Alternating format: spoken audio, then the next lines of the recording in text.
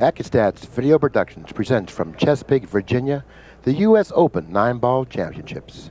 I'm Bill Incardona along with Jim Wych. Jim, you're from Toronto, Canada. You do a lot of broadcasting and commentary up there? Yeah, I made the trek down here, first time at the U.S. Open, and I can tell you what a buzz there is in the crowd here tonight, and what a match in prospect, Billy. Absolutely. We have two of the finest players in the world today in Earl Strickland and Corey Deuel. Corey Deuel, as you well know, is the defending U.S. Open champion, and Earl Strickland is the current world champion. Current world champion, and the player that many are picking to dethrone Corey here this week. Absolutely. Matter of fact, I think it's about a split crowd here. 50% goes for Corey, 50% goes for Strickland. That's actually how close this match actually is. Yeah, I wouldn't want to live on the difference between these two. You've got tremendous shot-making ability in Earl Strickland, and, well, if there's anyone cooler around the table than Corey Deuel, I haven't met them. That seems to be the impression I have as well.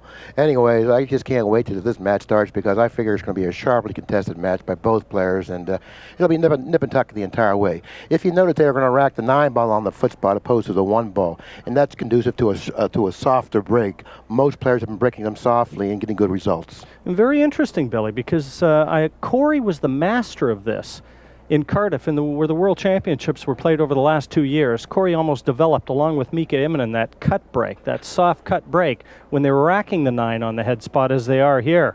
This is going to be very interesting if Earl Strickland's going to be able to contend with Corey Deuel if Corey gets to the table.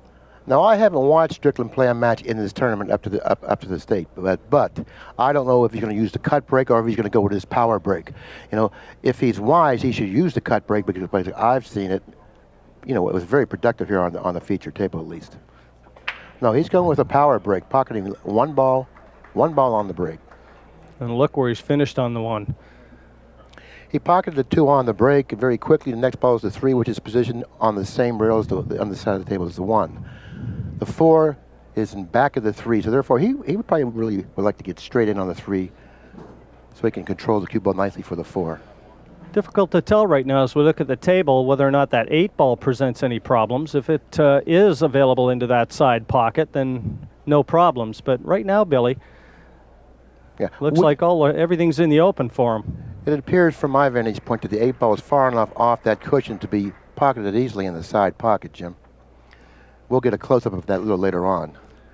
He's in a perfect line on the 3 to stay nicely for the 4, but he wants to make sure he gets off that cushion, or maybe possibly just draw back and play a position for the 4 in the same pocket.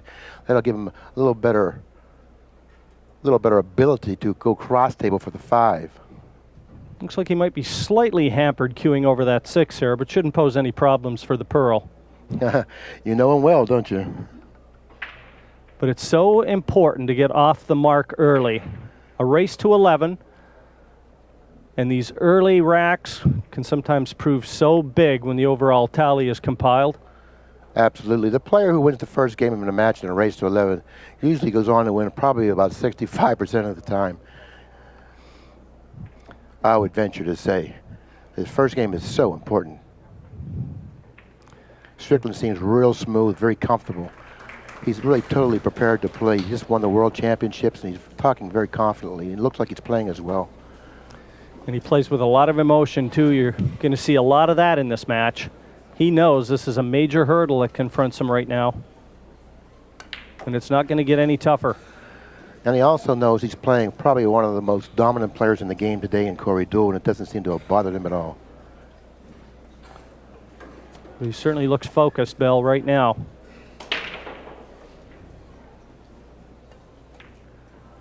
Nicely struck. Obviously, the 8-ball is pocketable in the side pocket. And it looks like game number 1 is going to go to Strickland, Jim. And in convincing fashion as well.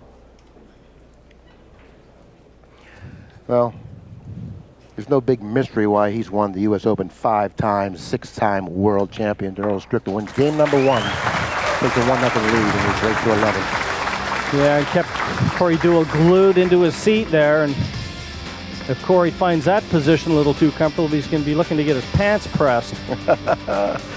Oh, my. But Strickland, lest we forget, what did he run, 10, 11 racks in a row to win $1 million? They call him the $1 million man in Europe. That's exactly right. What a good memory you have. It was in Dallas, Texas, in C.J. Wiley's tournament, where they were offering $1 million to anyone that ran 11 racks, and he certainly did it. Just a smattering of applause, too, as Earl slotted that one in his side of the score sheet. But I can tell you, he will play on the crowd. He certainly does. He's a very animated player, and at times he has trouble controlling his emotions, but I think that the crowd plays off of that as well. Break number 2. Let's see what Earl can put together here. And once again, he's opting to go to that power break. Let's see, I don't think he's pocketed a ball on that break. He came up dry that time. We'll get our first look at Corey Deuel. Jack Nicklaus country is where Corey hails from, Columbus, Ohio. And it looks like he may have an open shot at this one ball. Difficult to tell. It looks like he may have a shot on the one, but the problem isn't pocketing the one, even though it may present somewhat of a problem. The problem I see is playing position for the 2 ball. This is the 2 ball right here, the 1 here. He's going to have his work cut out for him, not only pocketing the 1, but coming up with a shot on the 2. If you notice, the 8 blocks to pocket the upper right-hand corner for the 2. So therefore, he has a lot of work in front of him here, Jim. And Corey's looked in terrific form all week. He's really hasn't been threatened to this point in the tournament, but early indications, the nerves are a little jittery. Well, you know, in his defense, you have to admit that opening shot wasn't one that I would like to come out of your chair and face that one. Who needed that? Especially after watching Earl Strickland, you know, very flawlessly go through the first rack. And you don't want to have that type of a shot to start with. He would have wanted something simple, something to get him in stroke with. But that's what he didn't get. But nevertheless, I'm sure he'll be heard from. Good point, though, Billy. That is exactly what players like to see. They want to get a feel for the conditions, a feel for the speed of the table. They've had a chance to knock a few balls around in practice just before kicking off here, but nothing like match play, is there? Ooh, a lot of pressures out there. A lot of pressures out there. Very nicely executed shot. He overcut that ball in order to control the cue ball, keeping it away from the 8. It looks like the balls on the table are spread quite nicely, with the exception of the 5, Jim. 4 to 5 will be the key. That's exactly right. This is the 5. Obviously, this is the 4. Getting from the 4 to the 5 is the key in this rack. And it looks like he's gone down table a little bit too far, and maybe he'll opt to play some sort of a safety here. Yeah, he's overhit that, and he's disgusted with himself. He needed to get top side of that 5 because it wasn't available to the bottom corner, bottom left as we look, so he had to get behind it to his other choice of pocket, and now Earl's going to have to pull something out. Okay, it looks like to me he has 2 options if he wants to go the safety route. He can play cue ball this way behind the 5, pink ball, 4 ball over this area somewhere. Well, he went offensively, and well, wisely so. Best defense is a good offense, Billy. Yeah, I'm sure he believes in that. He's a very aggressive player, but of course he has the tools to back that up. They always know where that man's name is in the draw. Every player that made their way here to Chesapeake saw where Earl Strickland's name was before a ball was struck. And that's why he's such a presence at the table, Jim, because you never can tell when we're going to get an opportunity at the table. He's such a great offensive player. Well, he can steamroll you. He can completely shut you out. Corey's had one brief look in this match. And who's to say that Strickland won't just put pay to every chance that he gets, and as I said, park Corey in his chair for a long period of time. How true. When I was out in the corridor earlier on, someone said to me, "Who do you like in this match?" And I said, "Well, I'm going to tell you the truth. You get 2 players, they match up well. One's a world champion, one's a defending U.S. Open champion. What I look at is how badly one person wants to win and how often one person wins. Earl Strickland knows how to win. He's won this event 5 times. That's the player I like because he wants this tournament." No kidding. Who wants to win more than Earl? Playing in the backyard. Yeah, that's true. This is game number 2. It goes to Strickland. He now takes a 2-0 advantage in this race to 11. And again, manufactured by a little mistake from Corey Deuel. He had half a chance there, didn't put pay to it, and he's faced with a 2-0 deficit right now in a race to 11.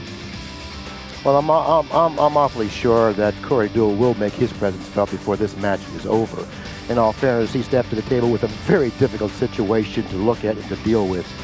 And quite frankly, I don't know who would have done well in that type of a situation. Obviously, he didn't, but what can you do? Corey came into the World Championships this year as the prohibitive favorite over in Cardiff, and it was Earl Strickland that hoisted the hardware when that one wound down. And Strickland really held himself together to beat Francisco Bustamante at the end there in a very hard-fought battle, and no one ever doubts Earl Strickland's fortitude. And Earl Strickland's the type of a player that feeds off the crowd. And the crowd here at the U.S. Open really love Earl Strickland, 5-time U.S. Open champion. They love him. He realizes that, and he's feeding off of it. And that's why we're going to probably get the type of performance from Earl that we expect to see. And not many empty seats here in the conference center in Chesapeake either. They've all come to watch this man, Earl Strickland.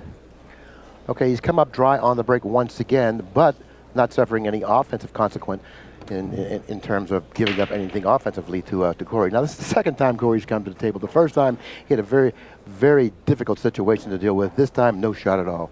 22.5 miles per hour.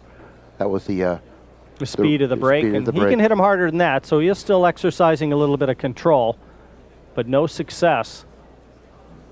Well, I'm sure that he's tried different speeds, varied the speed throughout the tournament, you know, up to this point, and he feels probably comfortable with about that speed.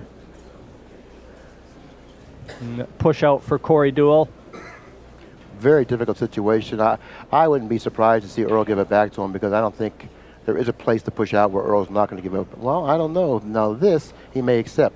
Now the reason Corey pushed out there is he's challenging Earl to shoot this shot. This one ball in the corner is very makeable, but notice where the two ball is on the same side of the table. He's going to have to go down table and back up, and notice all the traffic here. It's very unlikely to come up with a shot, even if he pockets the one. Yeah, it's a challenge, and it's a good shot on Corey's part, I thought. I wouldn't be surprised to see him try and cannon into one of those colors. Oh, look what Corey's just bought himself now, Bill. Okay, Strickland opted to go for the safety end of the shot, and he really executed it well, and it turned out well for him. Do you think that he fooled Corey on that shot? I think Corey half expected him to go for that one ball, and I think so too, because Corey, realizing what an aggressive player Strickland is, figured he would go for the shot. He probably didn't realize or even think about him going for the safety there and locking him up, and Earl tricked him, because Earl, you know, Earl really is a solid all-around player. And he uses good judgment when he's at the table. As you said, you don't win 5 U.S. Opens unless you've got a well-rounded game. Yeah, and Earl Strickland certainly has that. So he's kicking at this off the bottom cushion as we look. It looks like he's going straight at it, Jim. It looks like he can see the edge of the one. He might be swerving around that 4 ball. Watch out, cue ball. It's going toward that corner pocket, and if it goes in there, this could be a 3-0 match very quickly. Well, the key is going to be positioned to the 2 from this 1. If he gets on that 2 ball, could be over and out in this rack as well for Corey Deuel. I think there's a lot of problem areas in this rack. The 1 to the 2 and the 2 to the 3. If you notice, the 3 ball has only this one corner pocket available for it. It actually has this pocket as well, but the 6 ball blocks the upper right-hand corner. He should go straight up the table for 2, for the position for the 2 in the upper right-hand corner. That's a little hard. He needs a brush. Well, he didn't get the brush that he needed. So the balls are laying rather difficult on the table, and if he would have ran out there, he would have really done a good job and earned it. Not happy with himself, obviously, but I think he's going to be looking to duck here again, Bill. Yeah, no question about it. Nothing offensive Just here. no positional rewards, are there? And not to mention no shot on the 2. That is, of course, assuming it doesn't go into the side pocket.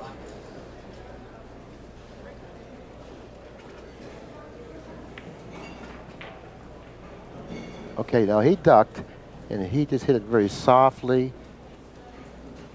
in between the 8 and the 5, and actually created more of a problem for Corey in doing that. Now Corey's behind the 3. He has the side cushion to kick at the 2 with, and that's to his right and our left, the way we're looking at the monitor. You know, Billy, I guess it's probably only fair we should let the folks at home know, don't adjust your sets as far as color is concerned. These are TV balls that you're looking at. And you might normally be looking at a purple 4 ball. Well, here the 4 ball is pink. And the 7 ball, normally a wine color, it's brown here. And this is nothing more than to be able to distinguish the colors a lot more readily on television. That's very well put, Jim, and it's a point that should have been brought out, and you did it so really well. Anyways, Strickland does have a shot. It's rail first, but the problem is not pocketing the 2. The problem is coming up with a shot on the 3. Notice the position of the 5. Excuse me, the 4. This is the pink ball, the 4. Rail first. He may go under 2 cushions and out this way. He has to stop around right here for a shot. You know, if he would hit that a little more thickly, then he would have followed that line and possibly stopped in the center of the table for position for the 3. Now, this is the first legitimate opportunity Corey Deuel's had in this match. Let's see how well he does with it. Once again, he doesn't want to dig himself too deep a hole. And it's not going to be easy getting from the 2 to the 3. Not much margin for error. He must stay in the center of the table. That would be the ideal spot for him to end up with cue ball, the center of the table. But it's not going to be easy getting there. Yeah, it's like looking down the fairway on a golf course. You know where you want to hit it, but hitting it there's the problem. I'll tell you what, he has a powerful stroke. You notice the backspin on the cue ball after contacting the 2, and he hit it very squarely, an indication that he's really, really ready to play and hitting the balls well. And he's gotten reasonable line after he contacted the 9, Jim. Big shot here. Excellent shot.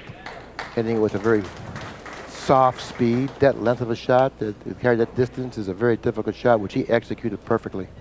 Well, if he can finish up here, Billy, he's going to be sending a little message to Strickland that he's fit for the fight. Oh. He'd like to have that one over again. Yeah, he definitely misjudged that. He thought that it was going to come a little more to the right of the 6. And running into the 6, impeding the progress of the cue ball, now finding himself in back of the 6-9, maybe not even able to hit the 5. He's maybe, if he can hit the 5, he'll hit the 5 and go 2 cushions around the 6-9 and hopes to get him back at the 7-8 with the cue ball. Well, he couldn't even hit the 5. That was a glaring mistake from Corey, wasn't it? Really an unforced error. Yes, it was, and I was surprised to see the cue ball go into the 6 like that, you know. If I were he, I would have made sure I stayed away from that ball. Strickland just feeds off of this, you know. He loves it when he feels that his presence is being felt by his opponent and he's got the crowd on his side. That's when you see him playing his best pool. This is an invitation for that. Let's see what he does with it. Not easy to get position to the 6. No, it's not. If he pockets the 5 and gets the ball back beyond that side pocket, he's going to make one heck of a shot. Obviously, he didn't even try to do it. He played a 4-rail safety, and he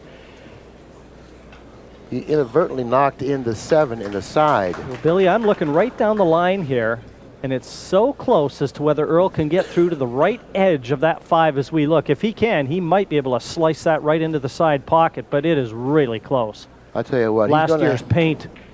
That's exactly what he has to hit, to pocket that 5 in the side pocket, just the paint of the 5, because that's how thin he has to hit it. He played a safety here, Jim. He played cue ball speed behind the 9-6, and he did a superb job with the execution. What a shot from Earl Strickland there. Talk about putting all your eggs in one basket. You know, sometimes you have to make a great shot because that's all that's available. And it takes a player like Strickland to make that execution. Jump shot for Corey. He's going to jump over 2 balls here, Jim. He's got to be careful because that 5 is so near that side cushion that if that cue ball's still airborne, he might be picking it up off the floor. No, that's very well put, Jim. It's very difficult to keep the ball on the table, considering the location and position of the 5 in relation to that side cushion. He's opting to go 2 rails here. He's going to kick 2 rails behind the 5 here. One went right at the 5, I think he did. I'm not sure. But nevertheless, he didn't hit it. Then Strickland now steps to the table with ball in hand, already leading 2-0, and probably now 3-0, because when he gets ball in hand, he's going to run out at least 95% of the time with all balls on the table. There's only 4 balls on the table. That probably puts him up to about 100% of the time. That's just the balls. You're weighing it up in your mind as you go. Yeah, I don't see any problems for him. And this is turning into a very enviable position for Strickland, and one of some concern for Corey Deuel. Yeah, Corey had an opportunity in this game with the 2 in the corner, and he made a nice shot when he pocketed the 3 softly, playing position for the 4. Then he inadvertently went to the 6, and that was the end of that. Earl Strickland then came back with a real good safety shot off of the 5, and 3-0 in the bank now. That's it. Strickland certainly has come prepared. That's obvious. Well, a couple unforced mistakes from Corey Deuel. Certainly that one bad positional shot that cost him that rack. Yeah, and really you can't fault anyone but himself for that because he really had a window of opportunity that he didn't go into. You know, I thought he was going to clear up, and we were going to be looking at a 2-1 scoreline, I have to admit. But as we see the balls being racked now, if Strickland starts to get the measure of the break, Billy, it's going to be a long night for Corey Deuel. It certainly is. It certainly is. You know, Strickland, tough player to beat. Tough player to beat. You can't really give him any undeserved opportunities at the table. Yeah, he's just having a good look right now, just where he wants to position that cue ball before he attacks these. And again, the break shot, one of power with control, which he definitely has both.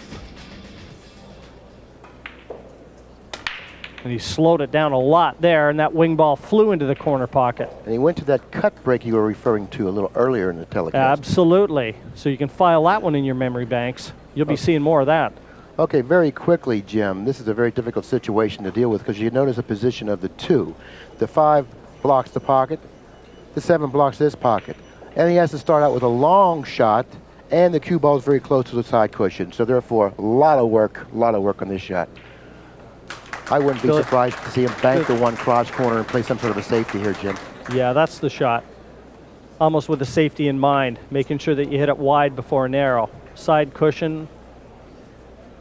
But again, it didn't even look easy when you drew it. No. And if he opts to bank a cross corner, he has to be real careful because it looks like there may be a possible kiss on that shot. So he's weighing it up now, and he's going to probably end up shooting the correct shot. I'm interested and curious to find out exactly what he does do. So is that man. But he looks pretty calm there, doesn't he, in that picture? Doesn't seem like he's bothered at all. Yeah, still a long ways to go. Race to 11, as we said. It's only 3-0. Still early days in this match, but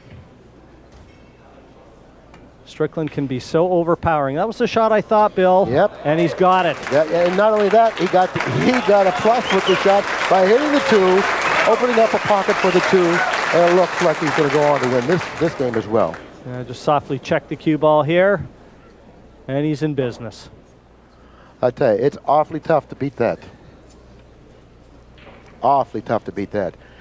When a player makes something out of nothing, wow. I don't think there's anyone in the world playing better pool right now than Earl Strickland. And I've just put the commentator's curse on him. I just wanted to try and slow him down a little bit. Got a little careless there, Jim. He got a little careless there.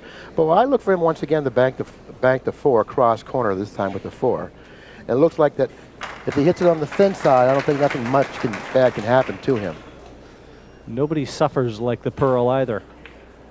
I kind of like this shot. Bank the 4 cross corner, the cue ball spinning 2 cushions down this way. If he happens to miss the 4, it'll end up somewhere over here. I don't really know if, well, evidently he had something in mind. He had good speed of the object ball in being in the 4, but he's left a lot of distance and a very difficult shot for Deuel. How many times have we seen a player come to the table when he didn't expect to get to the table and make something of it? Even if he doesn't do it here, at least Corey knows, well, he is human, he's making mistakes, and he's got to try and build on that. Well, he doesn't have much to start with here, you know. He's got a long shot on the 4, and I don't even know if he has a shot. I don't even know if it's bankable underneath him to our left.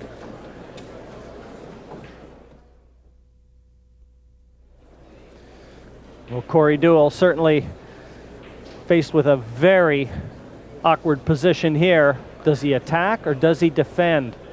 Yes, he's faced with a very awkward position, both on the table and with the score as well. You know, he's behind 3-0. He would like to make something happen from this position, but he can't really try to force anything. But I don't really see any real good safety here either, Jim. The only shot I can see, and either way it brings the 8 into play, and that would be trying to take the cue ball around the angles.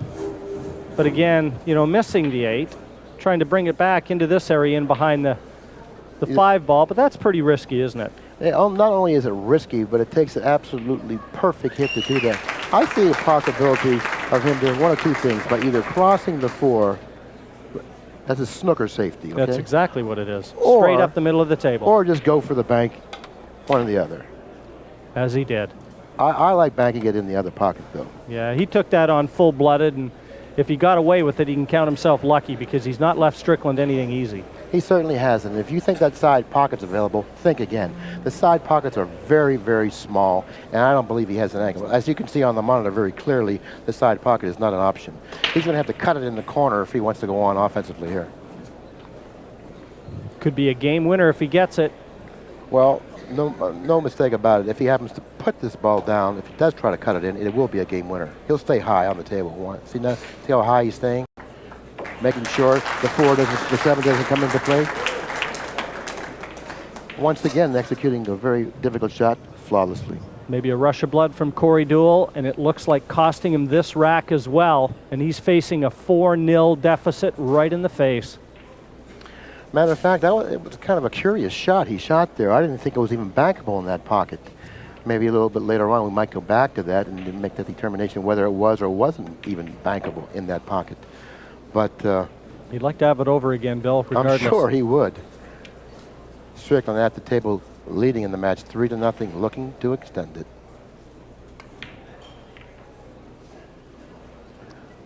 I mean, he's very comfortable. You can see it in his demeanor and the way he's stroking the balls. And growing in confidence with each ball that disappears. To the field. Game number 4 goes to Earl Strickland, who now takes a 4-0 lead in a race to 11. Not that it's insurmountable, but it's going to be very difficult for Deuel to surmount it if he continues to play the way he's been. Yeah, it's formidable, no doubt about it. Because Corey has shown us nothing to this point to feel that he will be able to claw his way back into this. He's had a couple chances. And the one opportunity, legitimate opportunity they did have, he inadvertently ran into the 6 and stopped his momentum at that time, which I thought was going to be very costly, and it turned out it was. I'll be very interested to see what Earl does here. He showed us the cut break the last time he used it and got the wing ball dead in. Probably, well, maybe quarter speed to what he's capable of. Let's see if he duplicates that again and controls the white. He used the cut break, but he allowed the white ball to get away from him. Notice it went forward, and had he not got the kiss off the 5, it would have ended up in the pocket. Yeah, he lost the cue ball there for sure, Bill. And you can see he's really brought the speed down, 18.4, and we saw 22 and change a little earlier. Right. So he's slowing it down and trying to keep that white ball under wraps. And must be awfully difficult for a player like Earl Strickland that has the power that he has with his break to slow it down to 18 miles an hour. It's like having a thoroughbred by the reins, and you got to keep pulling it in and pulling it in when it wants to run. That's like saying no to the most beautiful girl in the world, isn't it? Well, Earl's never done that, has he? Okay, anyways, he has a channel that he can shoot through here to contact the 1. He's going to play some sort of a safety. Now, once again, perfect execution. Look at the cue ball. Solidly positioned behind the 5 with maybe even no chance to hit the 1. Corey Deuel is going to be looking for the keys to get the handcuffs off here pretty quick. The only out I can see him have right here is he has to spin it, hit deeply in here with a lot of side spin, lengthening it out to hit the 1. Very difficult shot. And trusting to luck even if he does hit it. See, missing it, he didn't lengthen out enough. He was really, really tied up fairly solidly on that shot. And what's worse for Corey, Bill, everything in the open. No hurdles whatsoever for the Pearl here, and this is the way you'd set him up on the practice table. Yeah, 95% of the time that spells, disaster for Deuel.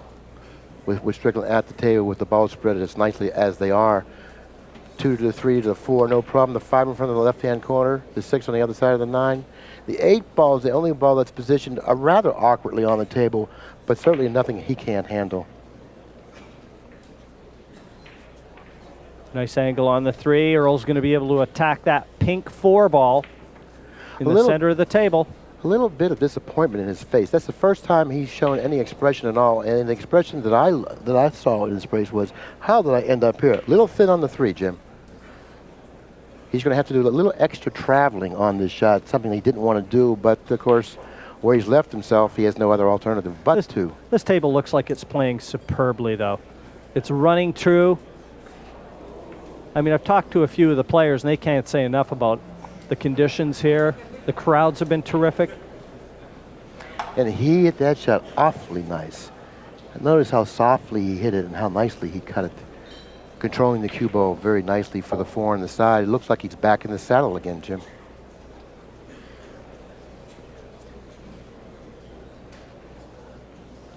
He would like to end up somewhere around here for the 6. Just where he put... Pocketing the 6 and then coming cross table here for the 8.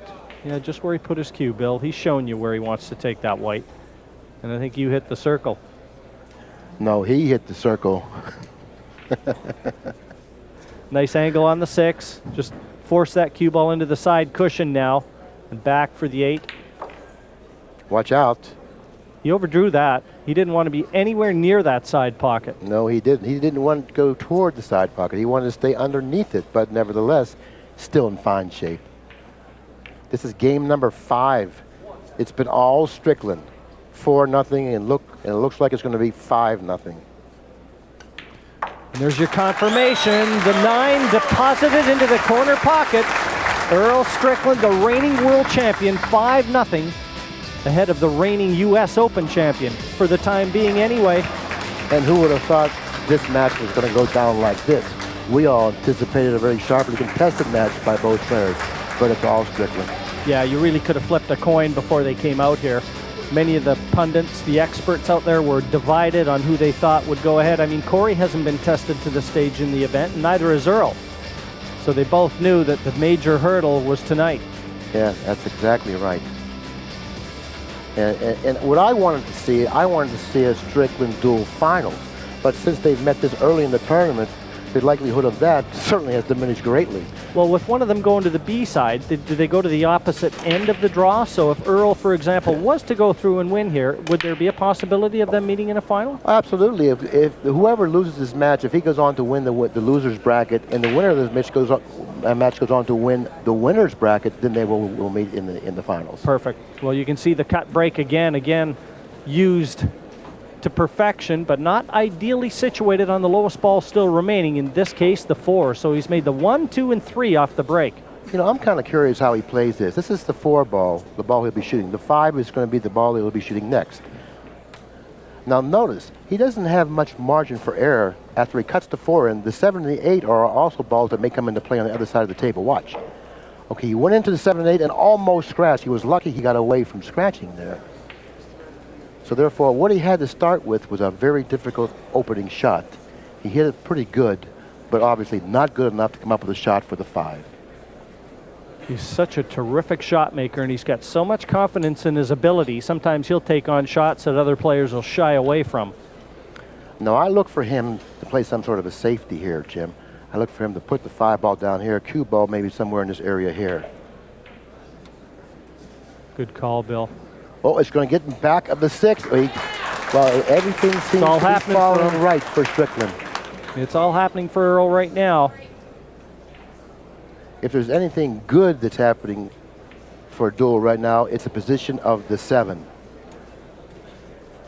Now the 7's here and the 8 blocks the pocket for the 7. But unfortunately the 6 is a good key ball to lead to the 7 right here. So therefore, if Strickland gets a shot at the table with a fairly decent shot on the 5, he'll probably play pretty good position on the 6. That'll carry good position for the 7. Well, the 7 was locked up. Now it's open. And everything's open. And not only is everything open, the 5's hanging in the pocket. And Corey can't believe it. He just shakes his head. He has been helpless.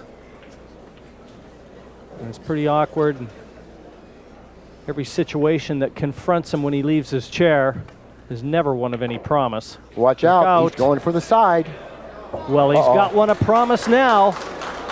And the balls were very loyal to Strickland up to this point, but you know as well as anyone, balls do not stay loyal to anyone. You can't tempt fate. You can't tempt fate too often. The billiard gods eventually are going to play their cards.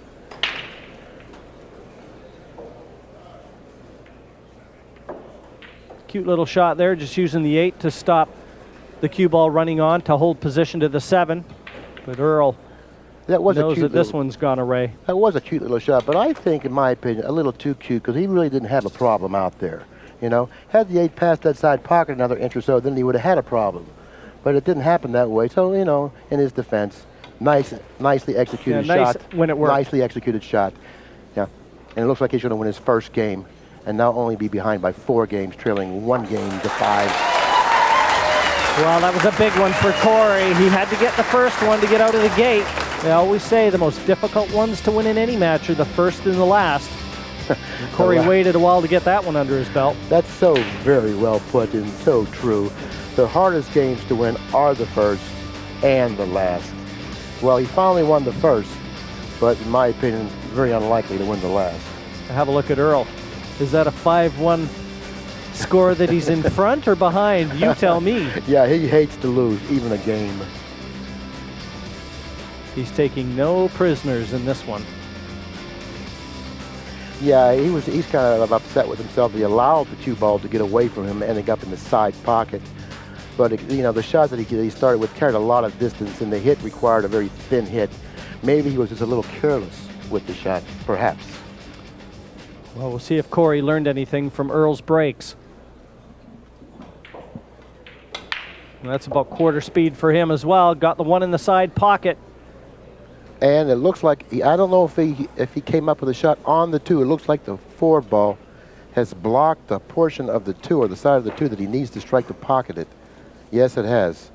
And no shot for Deuel off the break. Obviously, it's very clear to see that he has no shot here. 13 miles per hour. That's a pretty soft break.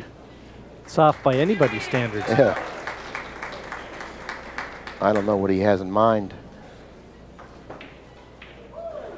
And just get through to the left edge as we look.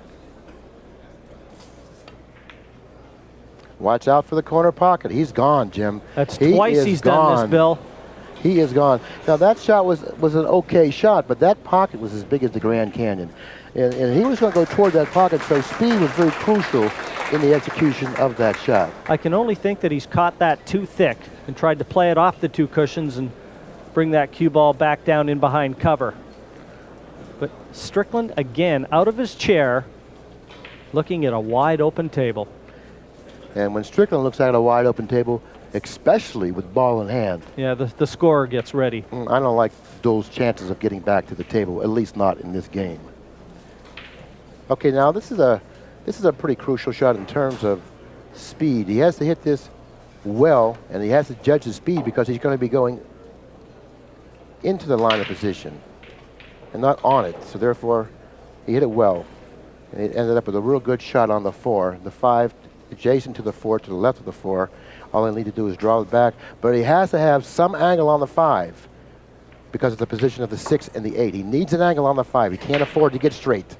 And he can't afford to get straight. He looks pretty straight. If there's any angle there, I don't see it. Either angle would have sufficed in that instance there. Either angle, but it looks like he's gotten straight in. He may have a slight angle, and he's going to have a powerful stroke. Oh, he is forcing it. Just spin it around. Just the slightest bit of angle, and that was enough for him to get on the other side of the 6. Well, I'll tell you what, Jim, he got the maximum out of that effort there, the maximum. Now he has to be concerned about contacting the 9. He wants to stay a little bit to the right of the 7 or straight in, but he has to be worried about contacting the 9. He's going to become very close to the 9 here.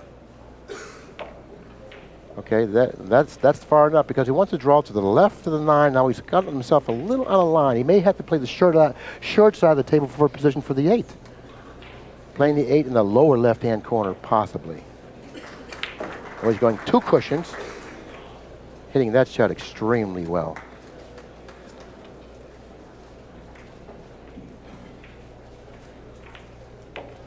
Well, if Deuel's going to go on to win this match, he's certainly going to have to earn it. It doesn't look like Strickland's going to give him anything.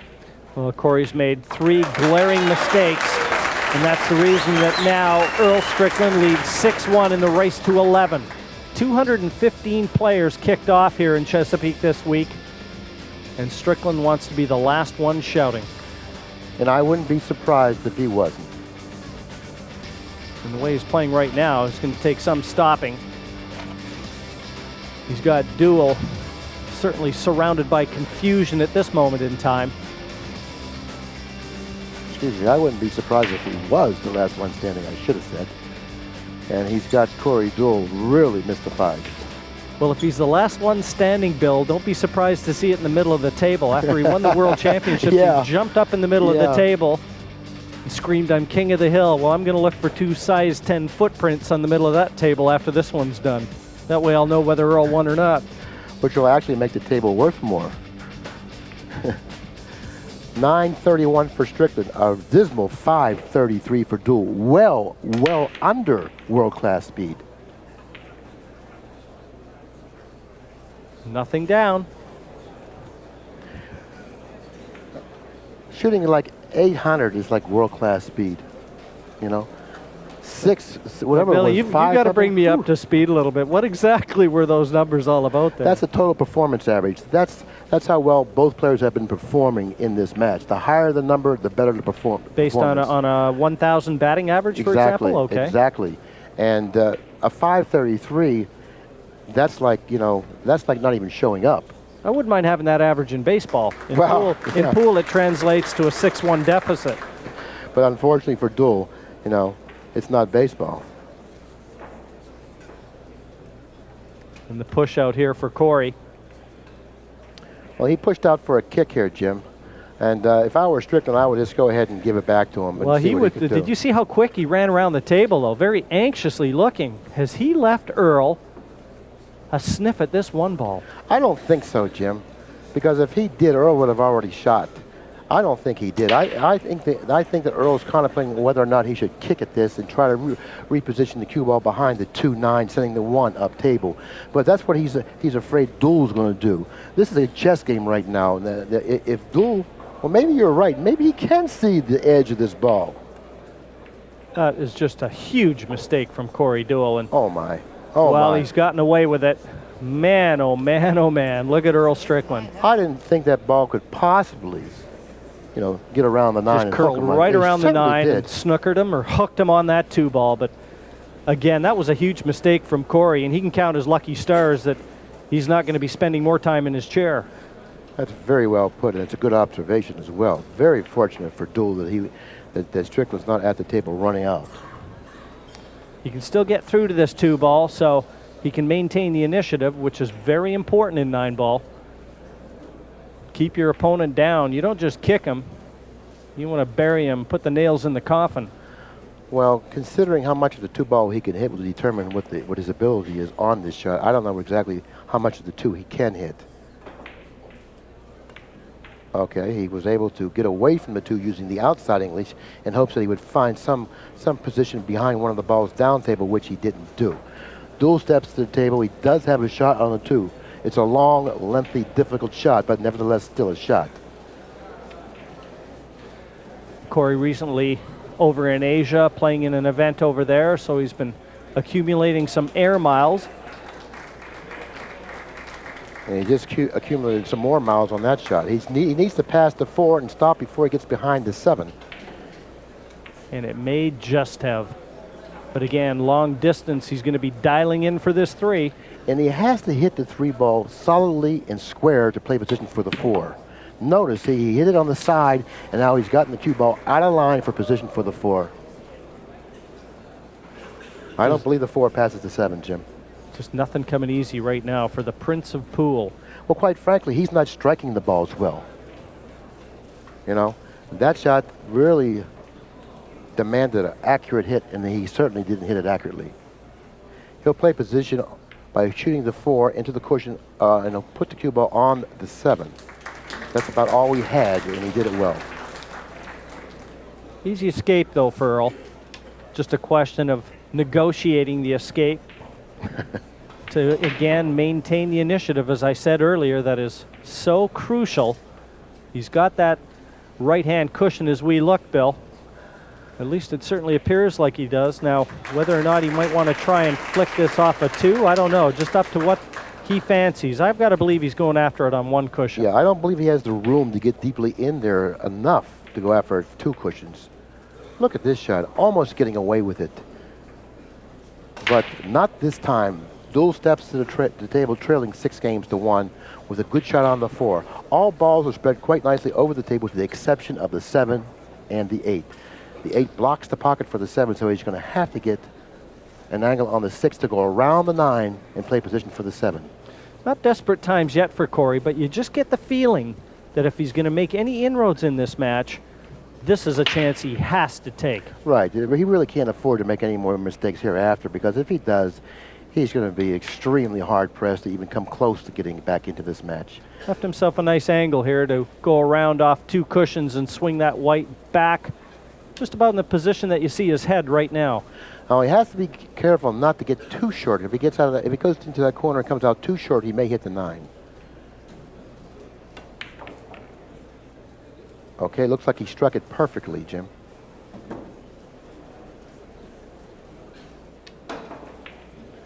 This is game number 8.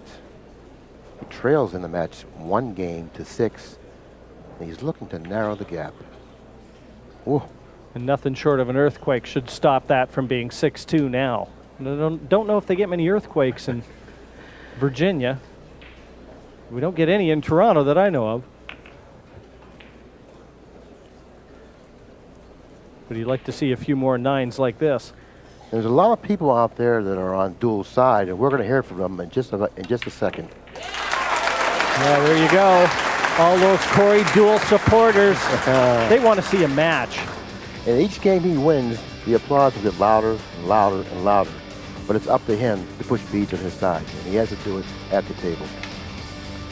6-2 the score now in this race to 11 to stay on the winner's bracket. Such an important match for both of these players, because really a misfortune that both of these players had to meet so early in the tournament. I was kind of surprised to see that they were both on the same side of the board. Yes, actually, that's a good point. Yeah. I was too, because with Corey being the #1 seed, as one would assume, being the defending champion, and Earl Strickland being the reigning world champion, common sense would dictate that they'd be spread apart. But that's what I thought as well. This is something, again, I mean, it's the luck of the draw, isn't it? This is the way they came out of the hat. I guess so, and unfortunately, it came out this way for both of these players, because both of these players are players you figured to see late in the tournament or possibly even in the finals together. Them meeting this early, certainly lessens that chance considerably. Well, Corey will be breaking off in rack number 9 of a possible 21. And he would love to see it go 21.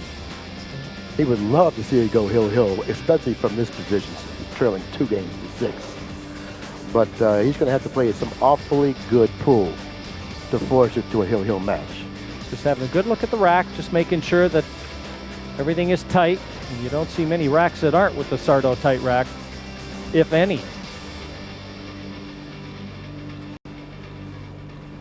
Same side of the table as Strickland here, Bill.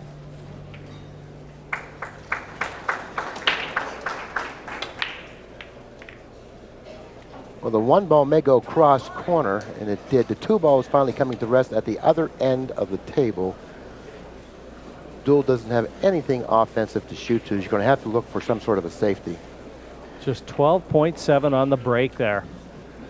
He can hit him harder than that with 1 hand. Deuel has an option here. He can play a safety by shooting the 2 and it with the cue ball in this fashion, or he can go short out of the corner in this fashion. He actually tried to cut that in. He's a very aggressive player. Yeah, a bit adventurous, though, because you weren't guaranteed aggressive position even if you got it. Exactly. And there really isn't much safety in his game, regardless of the situation, as you can plainly see. He's just turned the tables on Earl now. Well, Earl's got a pretty nice shot here, Jim. He figures to cut the 2 to his right, spinning the cue ball out of the upper left-hand corner. 2 cushions. 2 cushions, possible. Well, no, he actually played this shot. He played the object ball, but he allowed the cue ball to get away from him. So all of a sudden, the door's starting to open up for Deuel here. Well, Corey got his foot in the door. Now he wants to put his shoulder to it. And he doesn't have to do too much with the cue ball. It looks like that 3, the red 3 in the center of the table just above the 9, is available to the left side pocket as we look. It's awfully close, Jim. I don't know if it is, but it looks like it may be. Yeah, obviously it is, because he hit it with a very soft speed, an indication that it is available. And he's got a nice angle on the 3 to drop nicely for the 4.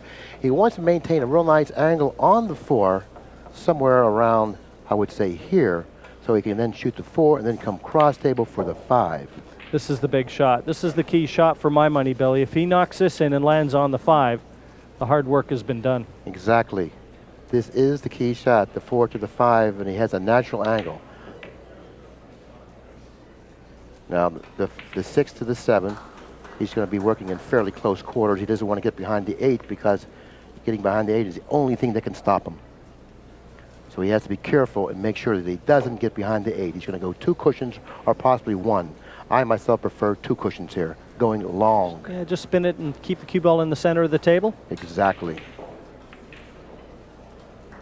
Well, looks like he's pulling a little bit, trying to stay closer and go in the 1 cushion. I didn't like that. Yeah, that no was a margin mistake. for error using that route. Bill, it's always easy to second guess a player, but you know something? I too. No, that's no not a second guess. hesitation. No second guess there, I'm Jim. spinning that cue ball off too, as you Absolutely. said. You know, if you notice, if he would have spun it 2 cushions, he's in line all the way over Yeah, here. a lot of room for this error. way, he's only in line for this short period right there, then he's out of line.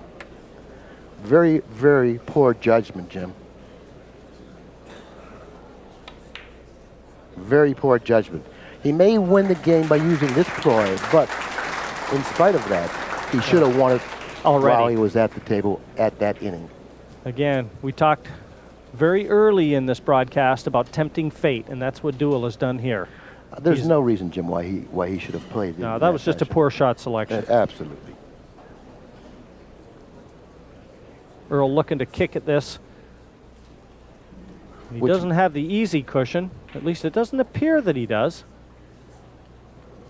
This is a tough hit. Yeah, The it's short out, cushion. It's out in the open. He can't kick it from behind. If he misses it going in, he's going to miss it. It's a one-way kick. If either he hits it straight on or it's ball in hand. He's going to go with a low ball, trying to pocket this. No, it's ball in hand. Deuel has to be consider himself very fortunate to get back to the table. Very fortunate, you know. And the mistake that he made in judgment there kind of makes me wonder whether or not, you know, He's confident. he's prepared to play. Yeah, he may not be confident. You know.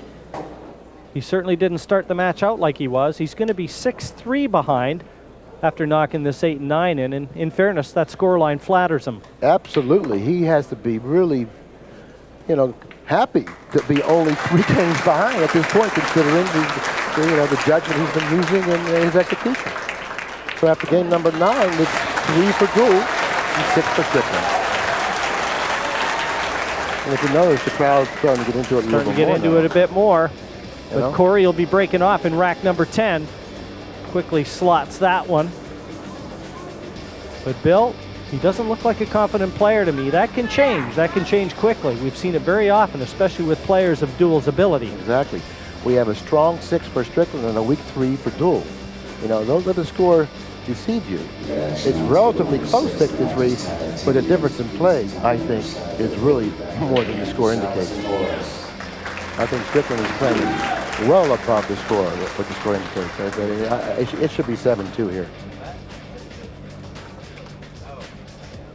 Deuel once again checking the rack, Jim, making sure all balls are frozen.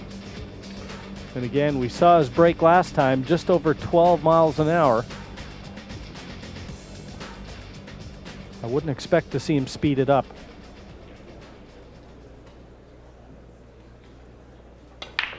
Corner ball almost going in. That was the 8, got kissed out, but he did pocket the 1 on the side, and he pocketed another ball in the adjacent corner.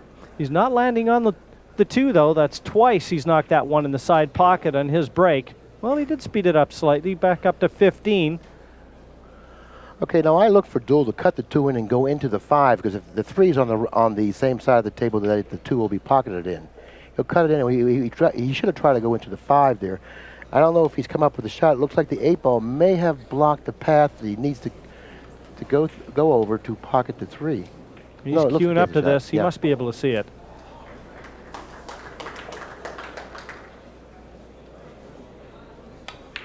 Neither one of these players, you just saw a little cue power there. Neither one of them give anything away in terms of cue power, do they? They're effortless how they move Oh. that cue ball around. Yeah, he looks so comfortable now in the way he hit that particular shot. He hit it very softly, but yet got such good action off the cue ball.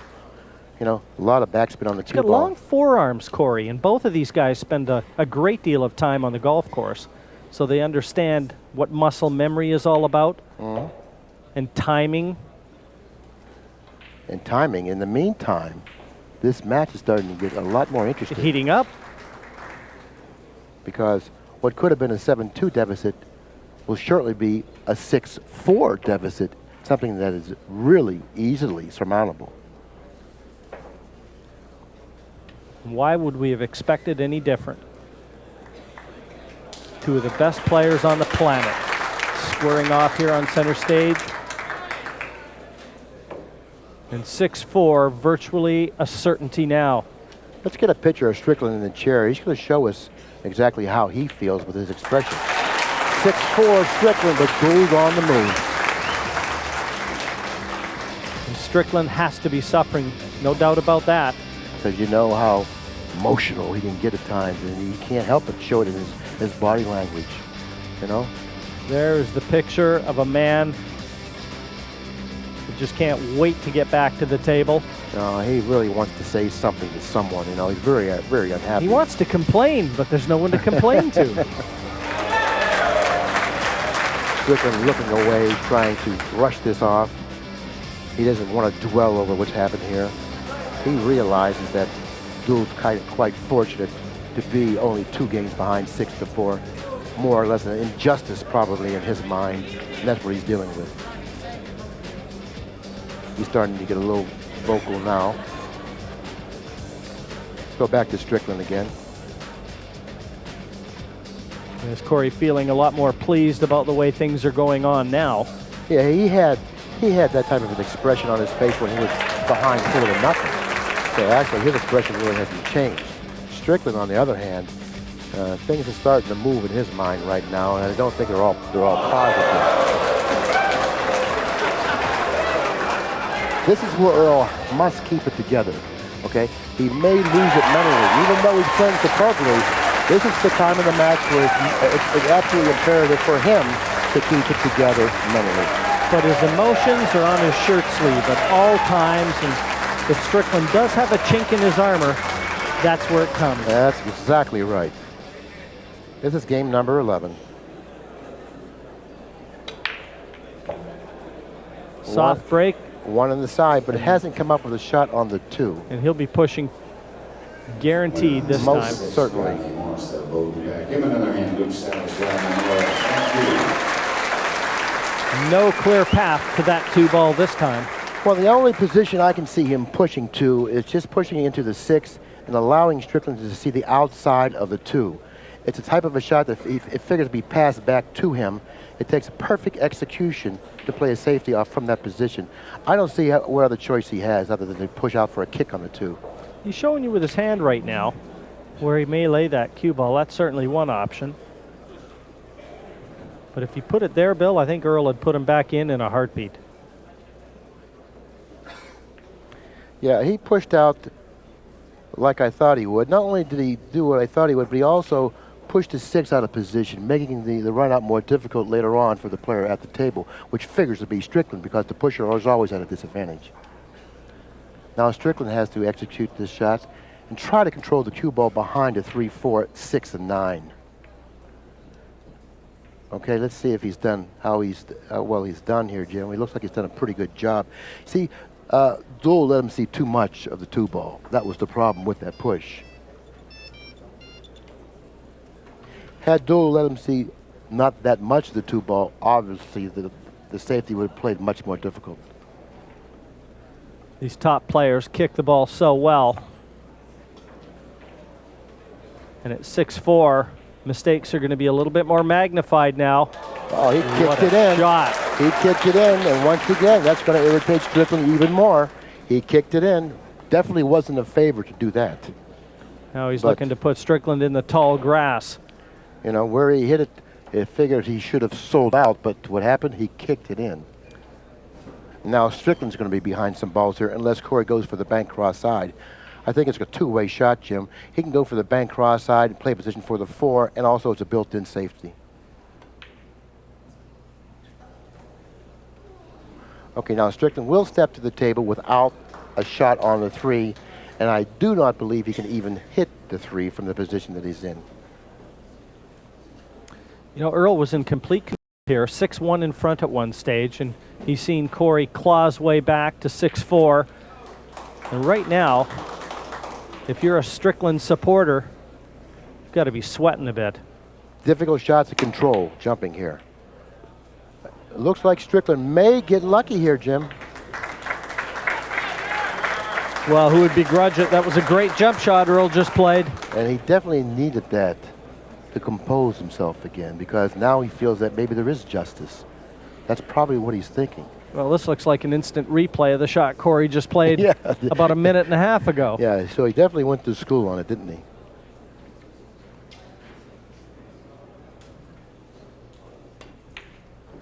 And he did it again. I said instant replay. Very, very good. Now, have a look at the 4 and where the 9 is in proximity to the 4. A little bit of a teaser. Would certainly be fraught with danger, though. Exactly. But he figures that if he pockets the 4, the cue ball will then go into the 6. But it may go onto the top of the 6 and into the 7. So he has to be careful here. Okay, he was able to put the 4 down and stay on that side of the table for position on the 5. The 6 ended up in front of the lower left-hand corner. Key shot for the remainder of this rack, right here. Right here.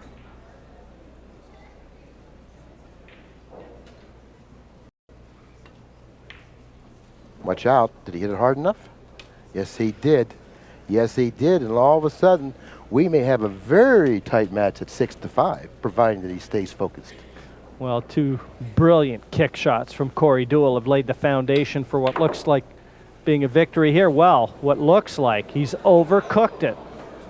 And that cue ball's wedged up to that 7, and this is nothing more than safety for Deuel, and that's not going to be easy. You know, it's not Strickland jumping out of his chair to find out exactly how close the cue ball is to the 4 ball.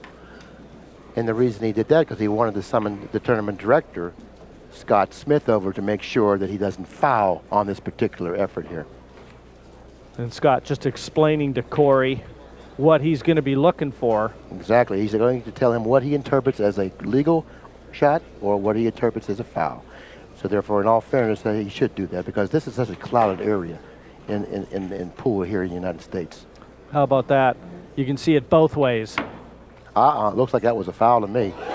Looks like that was a foul to me. Well, Earl Strickland's out of his chair with his arms out. Looks like that was a foul to me. What do you want? No, looks like that was a foul to me. I think Strickland is right for getting out of the chair. You know? And this is going to even upset him more, because he's going to really feel that he was cheated in some way. Not only by the balls and the roll of balls, but by the call. And this is going to create some animosity, too. And this is game number 11 with the pocketing of the 9. We're going to have a 1-game lead, only a 1-game lead, 6-5. We said it was going to heat up. Well, it's going to be heating up on and off the table here in Chesapeake. 6-5, Strickland over Deuel. And what a match in prospect now. Exactly. And the way Deuel got into this match, rather clumsily, but nevertheless, back into the match. Well, Earl came right out of his chair with his arms up as if to say, what are you waiting for? Call a foul. I thought it was a foul. To be quite honest with you, I honestly thought it was a foul. We'll have the ability to go back a little later on and then take another look at that. Maybe it wasn't a foul. Maybe, you know. Wait, let's take a look at it now. I'm dying to see this one over again. I mean, he's jacked up, Bill, as we expected. Let's see watch how far that cue ball follows through on that 7. And what determines a foul? A double hit? I don't know. I don't know. Can we get an overhead of that shot? Is that possible? But I want to see. I want to see. Well, the angle that we have, I don't think was a good enough angle to make it, you know. Well, how would you like to have been the conclusive. referee jolly on the spot there and have to make the call? Because from that particular Now that I angle, took a look at it again, it didn't look like a definite foul. if the cue ball slowed up on its own, then I would have to say it wasn't a foul. Yeah, exactly. Either way, that's in the books now. It 6-5. It's in the books. On to the next page. One on the side. He's been making the one on the side with regularity here, Jim. And this 2 is coming back. It's going to come down table far enough for him to be able to hit it, but I don't know if he likes the shot that he has. He can bank the 2 cross side, but the problem really isn't only in banking the 2, it's also playing position for the 3, which is positioned very closely to the 9 with the 4 in front of the 3. A lot of work in front of him here. Well, Billy, we've seen this match take a virtual facelift. Now I'm going to put you on the spot. 6-1, it was easy to choose. I don't know who I like from here, Jim. Coming from Vegas? How can you tell me you don't like somebody here? Okay, Corey Deuel played the billiard 2-7, which opened the door wide open for the run out here, Jim. The 2's positioned on the left side of the table as the 3. He has to hit this with a soft stroke, a finesse stroke. Just feather it in. Yes. Yeah. Kill the cue ball, bottom, and kill the speed of the white off that side cushion. Uh-oh, is it going to fall? Yes, it is. Man, that one wiped its feet on its way in. It certainly did. He hit it rather roughly. That's why he didn't get the movement from the cue ball that he wanted to get. So he's a little out of line on the 3. He's going to have to do a little extra traveling with the cue ball. Had he been straight in, then it would have been, he would have had options here. Now he has to do extra traveling, and he may not like where he ends up. He may not like where he ends up here, Jim. Is the side pocket available for the 4? It certainly looks like it is, but again, he brought the 9 into the equation, didn't he? His shot selection is questionable at best, but he's such a good maker. He knocks these balls in with so much confidence that how could you possibly question where he leaves the white? He just attacks. That he certainly does. Momentum certainly on the side of Deuel. And after pocketing the 5, 6, 8, and 9, this match will be knotted up at 6 games apiece. And it figures to be knotted up at 6 games apiece unless something unforeseen happens here, which I kind of doubt. And the mindset of both of these players are really on opposite ends. Strickland's really, really confused on what's been happening and unhappy about it. And he'll be still thinking about what he thought was a foul shot. And, you know, we may be able to offer him a little bit of solace, but I'll let you do that, Bill. I'm not going to go there. In the meantime, if this match had a heartbeat, it certainly has one now. It certainly has a big heartbeat now. 6 games apiece. 2 of the best players in the world. We're getting exactly what we wanted. But, toe to toe. Tough match to call. Yeah, that's going to be a bloodbath out there. 6-6, and again, you wouldn't want to live on the difference between these 2 players. You know, 9 ball is a game of momentum. Fortunately for Strickland, I'm sure he realizes that. And he has to be prepared to make the balls go into the pocket when the momentum switches to his side. He knows it's going to switch, or at least he hopes it's going to switch. It then figures to switch before this match is over. And look at how Deuel stats have improved. Yeah, from a dismal 530 to an 825, a very respectable stat. Strickland an 873. Very, very well played match on his part. But it's a race to 5 now, no longer 11. Both players have 6, 5 out of 9 for the winner of this match. Again, Earl out of his chair, just checking. Well, would you believe the last 38 balls in a row have all gone to Corey Deuel? Make that 39. Make it 40. 40 made 2. Yeah, 2 on the break. More importantly, can he get through to this 2 here? Can we get the boom over there to get an angle in relation to the cue ball in the 7 to find out whether, well, the expression on his face suggests to me that if he has room, not much, it may be not enough room. You know, it's amazing to me, too. We just saw his speed, 15-1, and his breaks have all been around 14, 15 miles an hour. So he's very consistent, the speed that he's hitting that pack. And that's not that easy to do.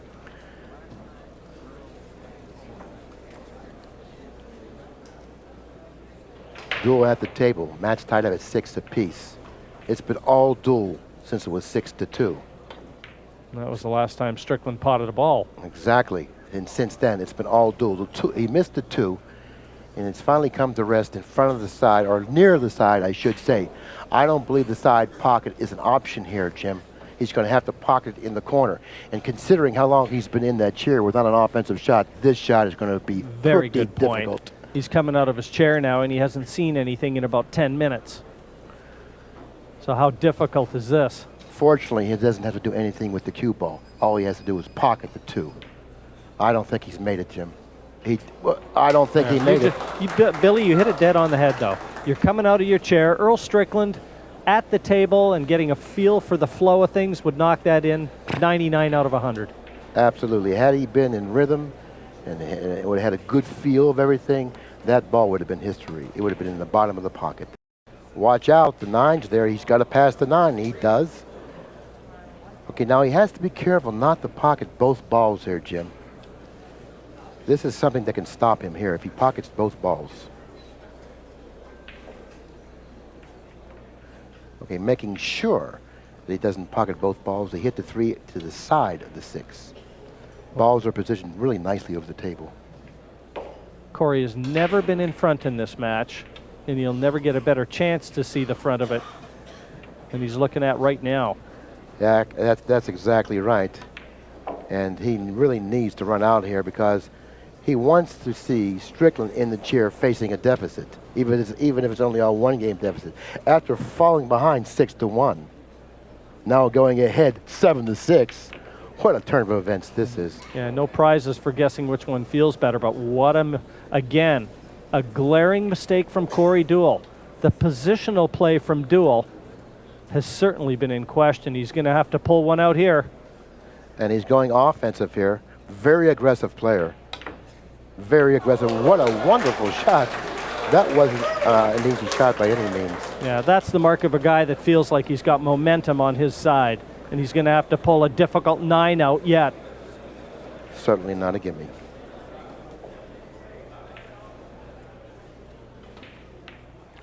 Oh, a little rough.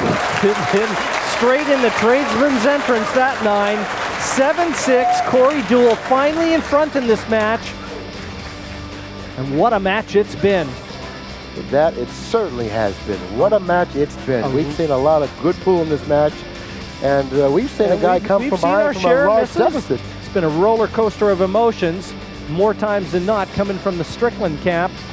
Corey has just been keeping his cool and motoring on, waiting for his chances.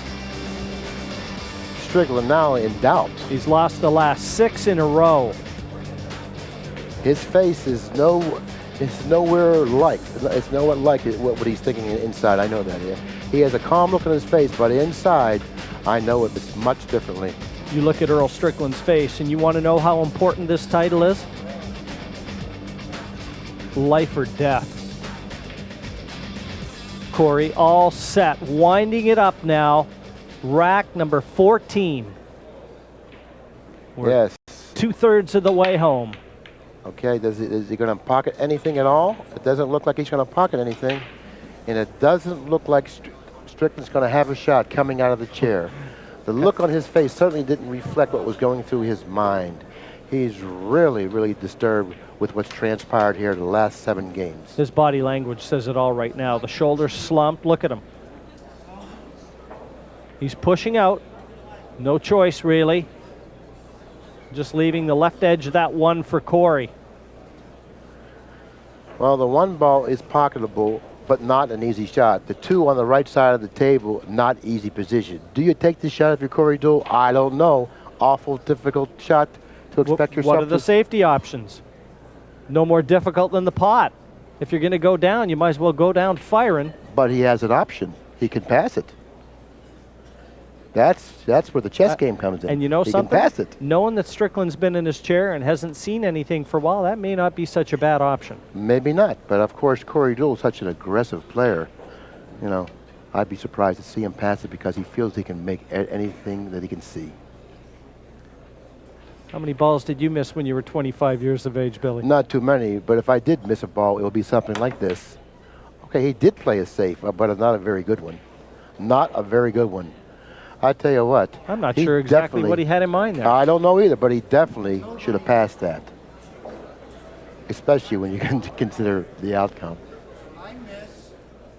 Now he's talking to Corey. Yeah, he's starting to get a little vocal now. This is where he's going to have problems controlling those emotions. He's talking to him again. Corey's answering him. Oh, we're going to have a little verbal battle. Yeah, somebody in the crowd, we've seen this before with Earl, but You know, he's one of the few players, if the only player, that can let himself be distracted and still gather himself and do the job when it needs to be done. He's so familiar with this situation. He's talked to the crowd or answered the crowd many times in the past and done well. So therefore, he's not going to refrain from doing that. Billy, I've seen him in the East End of London in the Moscone Cup with a bunch of guys there that look like they'd turn you over for a nickel. And Strickland's yelling at him, pointing his cue and yelling at him, defying them to do anything. Funny. That's Earl. That's really funny. Losing all conception of what's going on when you do something like that. You almost got to wonder where the If you don't have any brain fear cells for your life, where are you? Oh my! But that's Earl. You hit the nail on the head there. But again, maybe the only player in the world that can do that and still get down there and do the business at the pool table.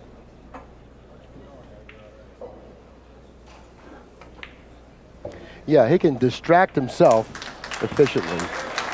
You can see the problem as Earl looks now. 5 and 6, no danger, but that's 7. The brown 7 just above the 9.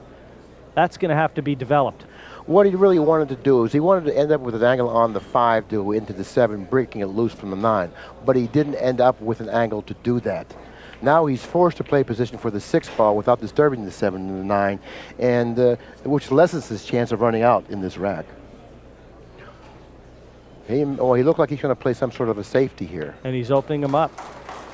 And very canny little shot, that one from Earl Strickland. Even though the 5 was on, he refused it because he knew that it didn't present the winning post. That's experience. Experience and good judgment, which we thought he may not have at this time, but he tricked us. He fooled us. He still has good judgment. We thought his judgment may have been slightly impaired. Yeah, by that guy in the 3rd row. And by other things that have been going on.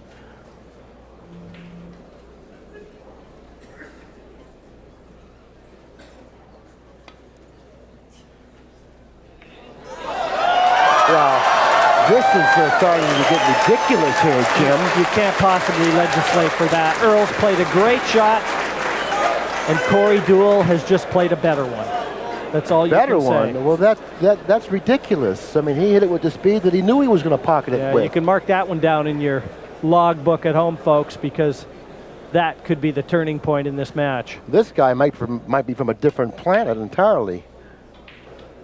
Just an unbelievable effort, that one from Corey Deuel. Now he's going to have to show us his draw stroke here, because I do believe he's going to have to draw it back, playing position for the 8 in the same pocket. And he's ended up with an angle, in my opinion, at least from my vantage point, it seems like it's going to be awfully difficult for him to do it. He's going forward. Try and miss the 9. Right.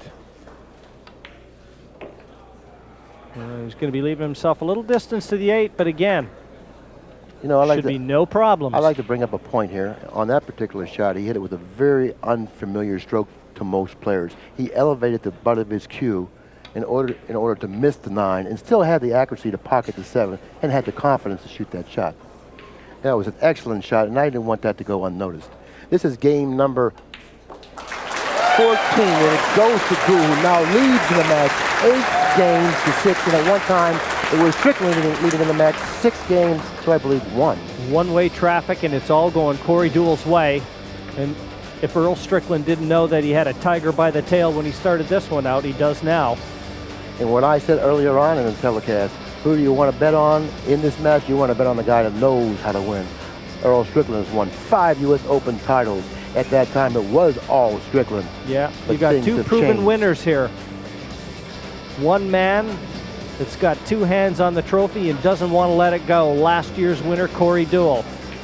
He's not going to go down without a battle. Breaking in rack number 15 and looking full value for an 8-6 lead. Man, he has showed us some shots that we might well be talking about all week. We certainly will. And the way he's executed these shots with confidence and with the speed that he's hit these shots with, particularly the last kick. You can't hit that kick with that solid speed unless you know you're going to pocket it. He's a different player, isn't he, right now, Corey Deuel? Just brimming with confidence.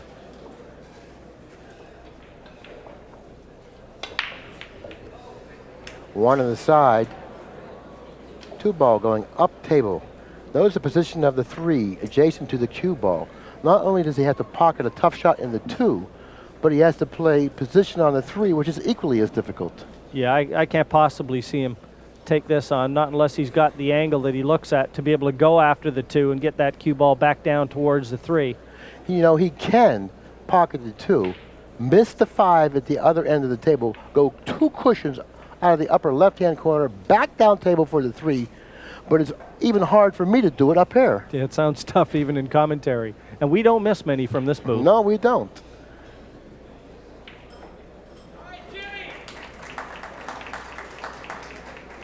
Well, a little discretion from Corey there, and well advised, I feel. He just about laid the hook on Earl Strickland.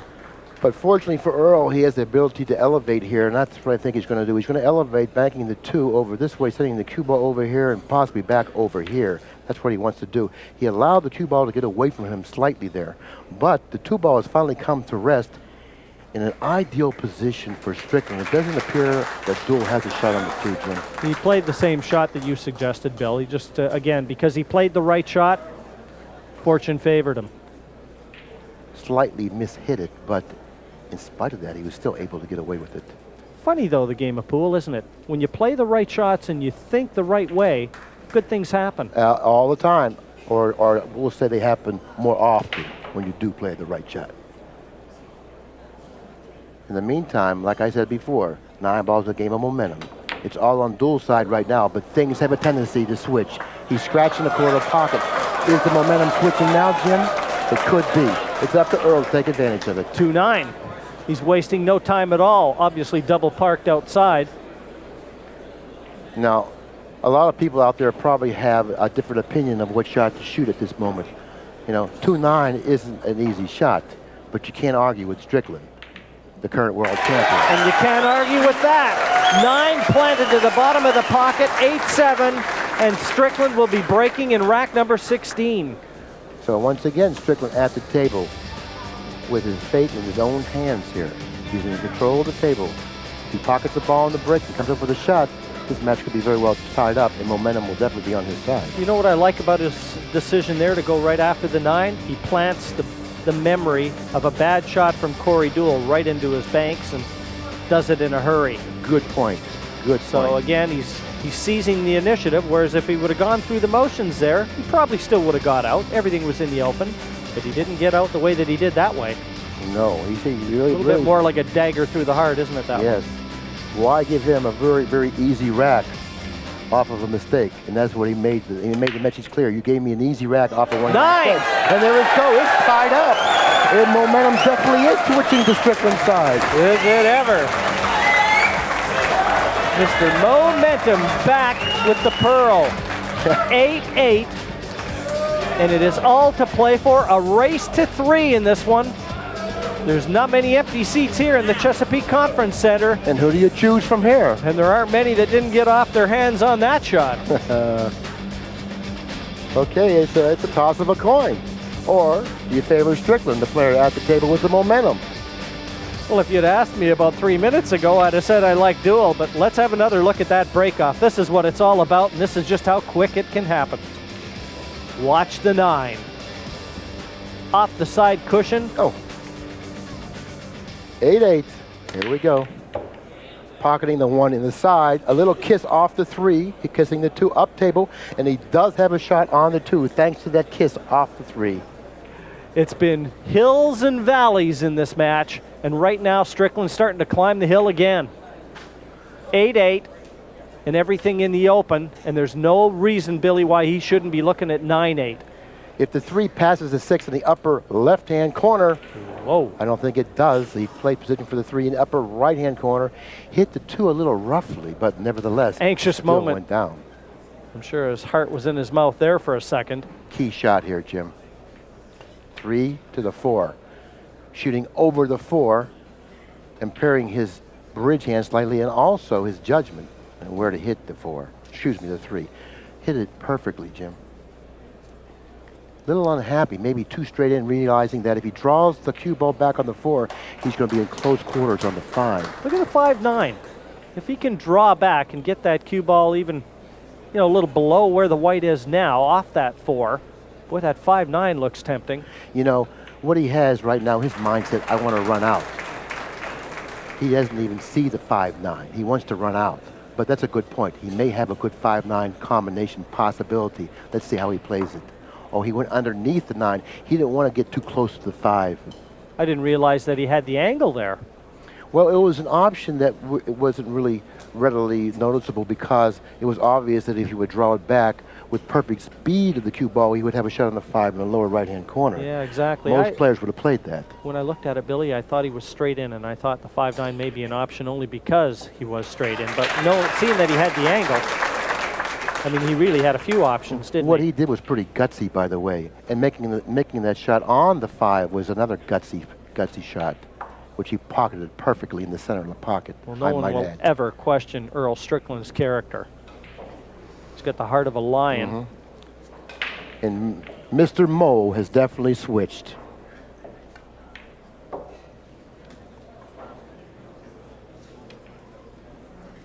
Okay, after pocketing both the 8 and the 9, we're going to change tapes, but invariably, we'll be back.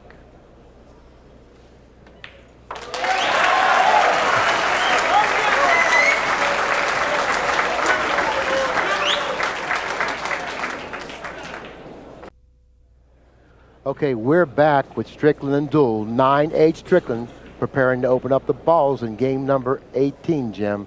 It's been a great, great, great match up to this point. Just unbelievable pool. Some terrific shot making.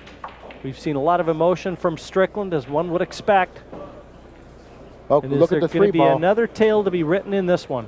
The 3 ball pushed the 1 ball far enough down table where it is pocketable in the side pocket now, Jim.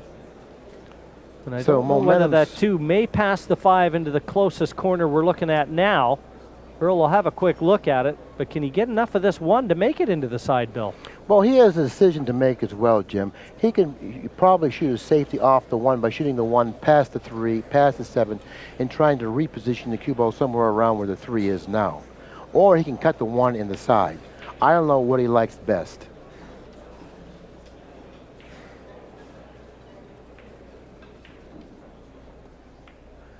Well, he's an aggressive player. Yeah, plenty of 1 ball, and obviously the way he's played it, the 2 does pass the 5. So again, clear sailing for Strickland. And like you said, no question about Strickland's character here. Gutsy player, but he has a lot to back it up with.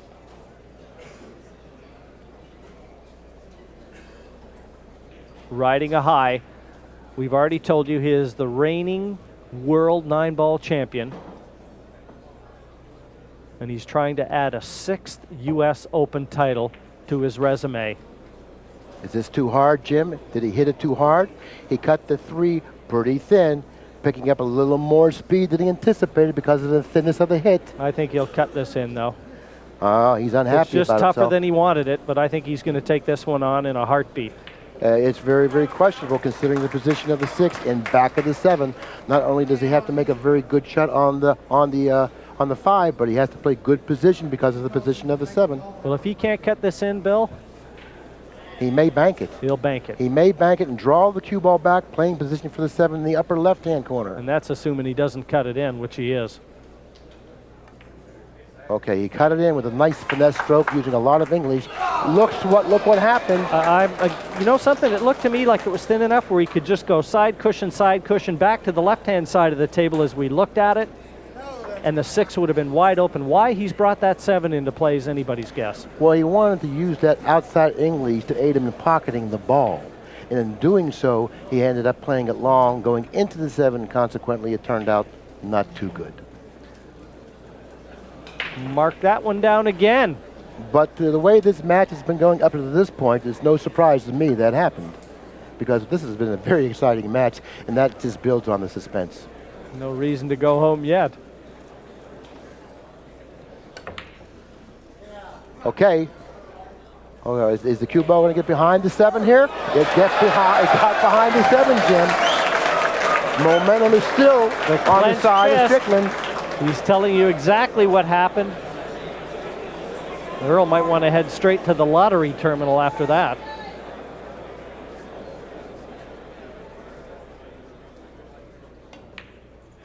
Now, Deuel has kicked in the last 3 times he's been at the table kicking, but not that time. Long shot on the 6. Fortunately, the 6 is positioned closely enough to that corner pocket to make this shot relatively easy, but not that easy. Yeah, can they be easy enough? A lot of pressure on this shot. The finish line is in sight for Earl Strickland right now. He really doesn't want to roll this shot either. Hitting it rather thick. Watch out, cue ball. And it does. Earl's breathing a lot more comfortably now. With the pocketing of the 7, 8, and 9, he'll find himself on the hill leading 10 games to 8. After falling behind 8 to 6.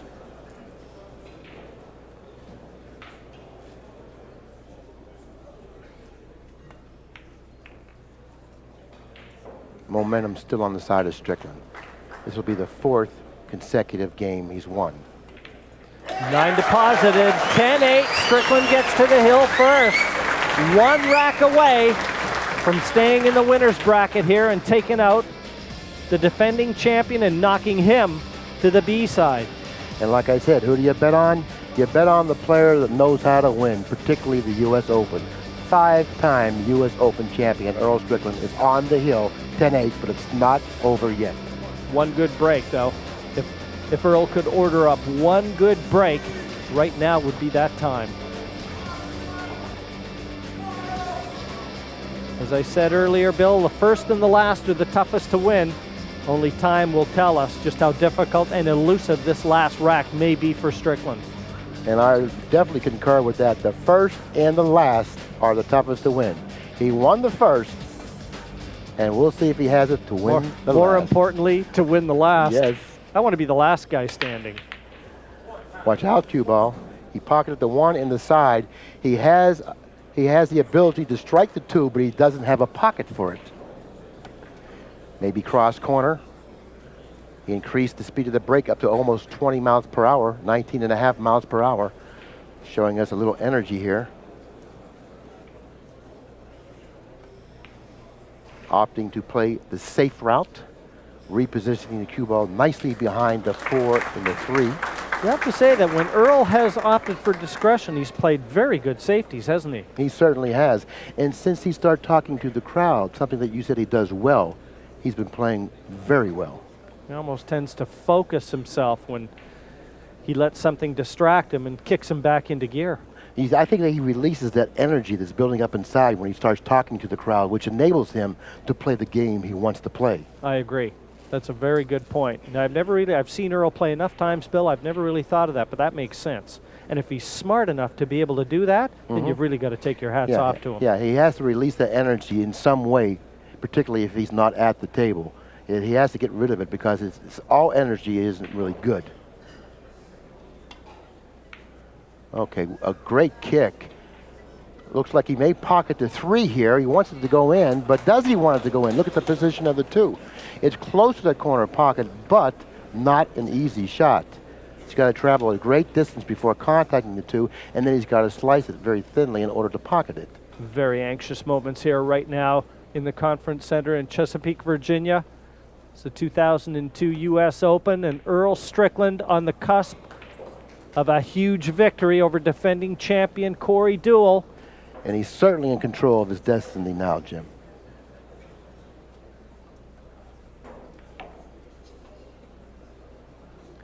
Well, if he can put down the 4, everything else is just lying right there for the taking. The 5 in the side, the 6 in the lower right corner, the 7 in the lower left corner, the 9 in either one of the 2 corners, whatever angle he ends up with on the 7. Looks like if he can put this shot down, the remaining balls lay rather routinely on the table. He missed it. He missed the 4. Look up pressure in the dictionary, and you'll see that picture. That was it for pressure Strickland. with a capital P. And Strickland has just given Corey Deuel life after death. He had 1 foot in the grave and the other on a banana peel, and he's waltzing around again. Strickland definitely wanted to go out, running out that particular rack. That's the way he wants to end the match. He didn't end it that way. He's going to have to end it another way if he has another opportunity. Isn't it funny, though, Billy? I just got the feeling when you said that that was the shot, I thought, well, if there's going to be a hiccup, here's when it's going to come. And it certainly did come, didn't it? May even have been just a bit too easy. I don't know. I was surprised to see him miss that shot. I thought he was going to pocket that for sure. Oh, he's missed the 6. And not only did he miss the 6, the cue ball's gone awry into a position on the table, which makes this shot play extremely difficult. How big is this shot? All or nothing. Difficult shot, and he hit it really nicely. It does fall. What a shot from Corey Deuel there. If he missed it, he was history in this match. Look at the expression on Deuel's face. He looked like he wanted to smile or laugh because he's having a lot of fun out there, Jim. He's like a little kid out there. He's having some fun right now. He likes this. But does his opponent, Strickland. There's only one person that doesn't like it. And you know what they say, no matter how you play the shot, you always make one person happy. Corey Deuel's the happy man right now, 9-10, and he'll be breaking in rack number 20 of a possible 21. And a little while ago, or not too long ago, we said that Deuel would be really extremely happy to see it go 21 games. Well, it was all about that miss from Strickland. The finish line was in sight. He had 1 foot over it. All he had to do was drag the other one across. And look at this 4 that went begging. You know, that wasn't a very difficult shot. It wasn't a gimme by any means, but not a difficult shot. Very surprised to see him miss that ball. Only the pressure of the situation. No other explanation. He's human. There is a pulse. And definitely a heartbeat in this match. Here we go. A good break off here, and you might well see a hill-hill match. Nothing yet, but is the 1 going to fall? Yes, it does. He does have a shot on the 2. The 4 ball is hanging in the corner pocket. It looks like, barring any unforeseen things happening, it looks like we're going to see the match we wanted to see, hill-hill.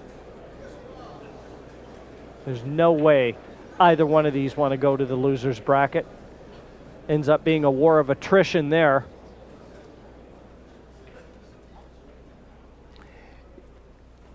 Now, the 3 ball, he doesn't want to make both balls. Now, this is the key shot. The 3 ball will not pass the 6 up the upper right-hand corner.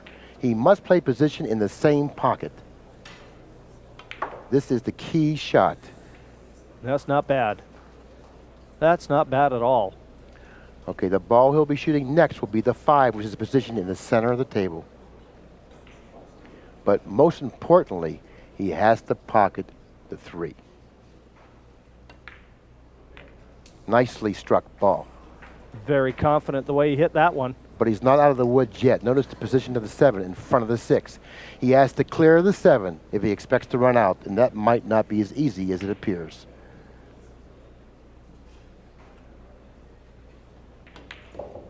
He has to clear the 7. Does he have the speed to do it? Yes, he does.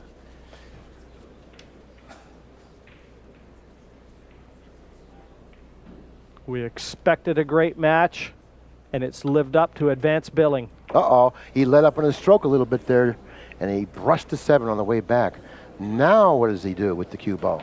Straight over to the side cushion with a lot of left-hand spin. Bring that white right back down the right-hand side. And he's going to have to stretch to do it. And when you stretch, sometimes funny things happen. You end up throwing your cue at it. Now it looks like he may be playing top and going around. Realizing by stretching he may not get the backspin on the cue ball that he anticipated or he wanted. Good shot, though. He's gone the short way. And look at the position to the 8. And listen to the crowd. They'll tell you everything you need to know. He may be forced to play position for the 9 in the side now, Jim. Drawing it back to where his bridge hand is and off the cushion slightly. Position for the 9 on the side. Not a gimme. These side pockets are very small. He's got to have it. And he does. 10-10. They've played 20. There's nothing between them. And Earl Strickland is getting the balls out himself. And Mr. Momentum has swung one more time. He who laughs best laughs last. And only time will tell which one of these two will remain on the winner's side. And who do you like to win this match from the offset? It's a flip of a coin. Well, that's what I've always said, Jim. I'll tell you what, I'll always take the breaker. I don't hunch my bets too much, Billy. I'll always take the breaker. Big advantage breaking. One more good break off from Corey Deuel will be the order of the day. But what a match we have been treated to here. And what a match it has been. What a match. This will be a classic. No question about it. Little controversy in the match with the possible foul back in an earlier game. A lot of great kicking by Corey Deuel. A lot of great shots by both players. And what had happened, it came down to 10 games apiece. Playing one game to see who will advance in this very crucial spot in the tournament. Shane, there's got to be a loser. But inevitably there does. Strickland can't bear to watch. Strickland is really has a lot of energy, and he wants to put it somewhere, and he hopes to have an opportunity to do that. He's got a long shot at the 2, and the 3's not in a bad position, but does he have any angle? Doesn't look like it. This is very interesting here, Jim. The 3's adjacent to the 2 on the other side of the table, but he has a long shot on the 2 with very little, if any, angle. Why would we expect it to be easy now? And notice the position of the 4. The 7 blocks the pocket for the 4. So therefore, a lot of work for either player at the table, particularly Deuel, who has this long, tough shot to open it up with. Okay, he's able to put it down, and he does have a possible bank, or he could possibly pocket it in the side. He has a decision to make here. Well, if he does play it into the side, then he's got to be looking at the 4-7 combination. Well, not necessarily. He could play it in the side and then go 1, 2, 3 cushions around and end up over here. Would he be able to play it at that speed into the side pocket? Yes, he can. He could do that. Well, he opted to bank it. He missed it badly. He got a little brush off the 5, but it didn't really throw the 3 askew that much. Therefore, Strickland will step to the table. Strickland will step to the table with an opportunity. His destiny is in his own hands here, Jim. Let's see if he has what it takes to win this match. That has never been in question. Yeah, we know he has a lot of character. And if he's able to run the remaining balls on the table, that'll just solidify that. He does have character. Both players will remember this match. Certainly the loser will. You know what they say, the winners walk and the losers talk. And this is one that the loser will certainly be talking about tonight. I think the loser feels this match as equally as much as the winner does when he wins it. You know, when you lose a match, that feeling stays with you a long time, particularly when it's a match like this. Because in fairness, this could have gone either way. Absolutely. Regardless of who turns out to be the victor here, it could have gone either way.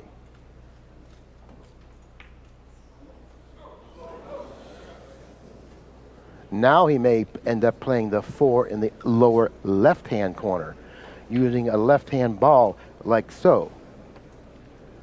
4 in this corner, maybe with just a low center ball, coming like that.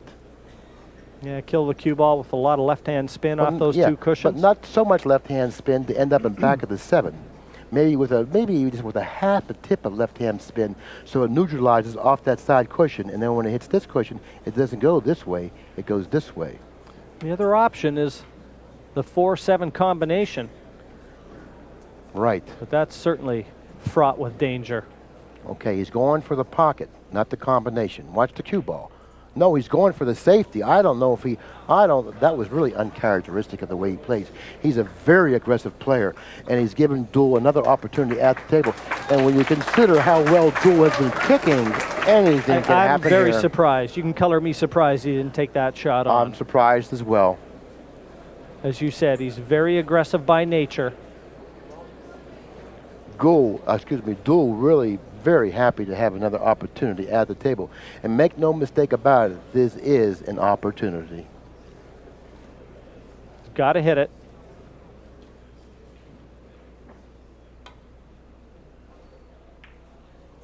And he's got to get it safe. Well, it looks like right now that Strickland made the right decision, but it's not over yet. It's rather an awkward angle he has on the 4. He's trying to determine whether or not the 5 will pass the 7. He would like the 5 to pass the 7, but if that's not the case, he's going to have to do a little work with the cue ball here, and there's no guarantee he can get position. It looks like it does pass the 7, because certainly he wouldn't have played position for a combination. If it does pass the 7, there's not that much room. It passes. And it looks like we're looking at the winner, Jim. Yeah, 3 easy balls away from a great victory for Earl Strickland. He lives on the edge. He walks a fine line between brilliance and insanity, it has to be fair to say, but man, what a comment. With a pool stick in his hand, he is sheer brilliance. But such a true comment. Very well put, Jim. It's going to be Strickland that's going to advance in this tournament. And what a match. Earl Strickland, 11-10 over Corey Deuel. He stays on the winner's side.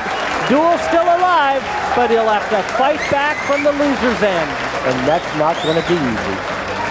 But all in all, we were treated to a spectacular match here, Jim. Strickland deserves to go on, but on the other hand, so does Deuel. Well, Billy, it was a lot of fun for me. We had the best seat in the house, and a real pleasure working with you. It's been a real pleasure working with you, too, as well, Jim. Earl Strickland will work his way up to the booth for an interview, and we'll have, an opportunity to interview Strickland. You can ask him a couple questions that I know you want to ask him when he gets there. You bet. Looking forward to that one.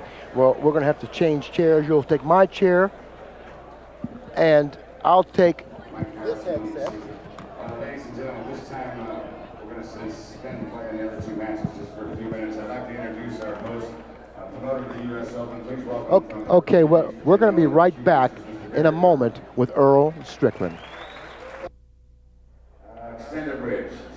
Well, Earl Strickland has finally made his way to the booth. Earl, first I'd like to congratulate you on what I think was a very well played and a very, very exciting match. Thank you, Dylan. And I know there was a lot of pressures out there, particularly since you thought there was a foul on one of the shots. You had to deal with a lot of pressures and, confusion out there.